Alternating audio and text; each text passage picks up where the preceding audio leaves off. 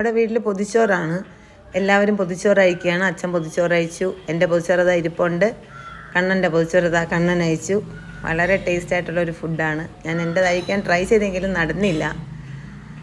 അതുകൊണ്ട് അങ്ങനെ തന്നെ വെച്ചു. അച്ഛൻ്റെ ഫുഡ് അയച്ചതാ കഴിക്കാൻ തുടങ്ങുകയാണ്.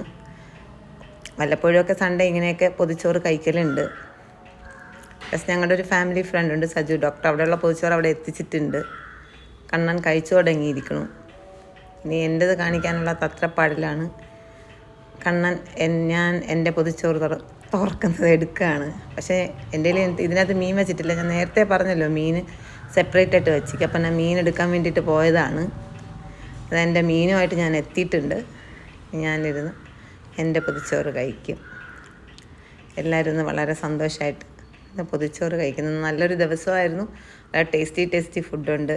മുട്ടയുണ്ട്, ബീറ്റ്റൂട്ട് തോരനുണ്ട്, ചമ്മന്തിയുണ്ട്, മീനുണ്ട്, ഒഴിക്കാനകത്ത് പുളിശ്ശേരി ഒഴിച്ചിട്ടുണ്ട്.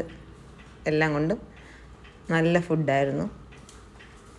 Tasty food. എല്ലാവരും സന്തോഷത്തോടെ ഇന്നത്തെ ഒരു ദിവസം കഴിഞ്ഞു. അനിയത്തി അവർക്കുള്ള പൊതിച്ചോറും കൊണ്ട് പോയിട്ടുണ്ട്.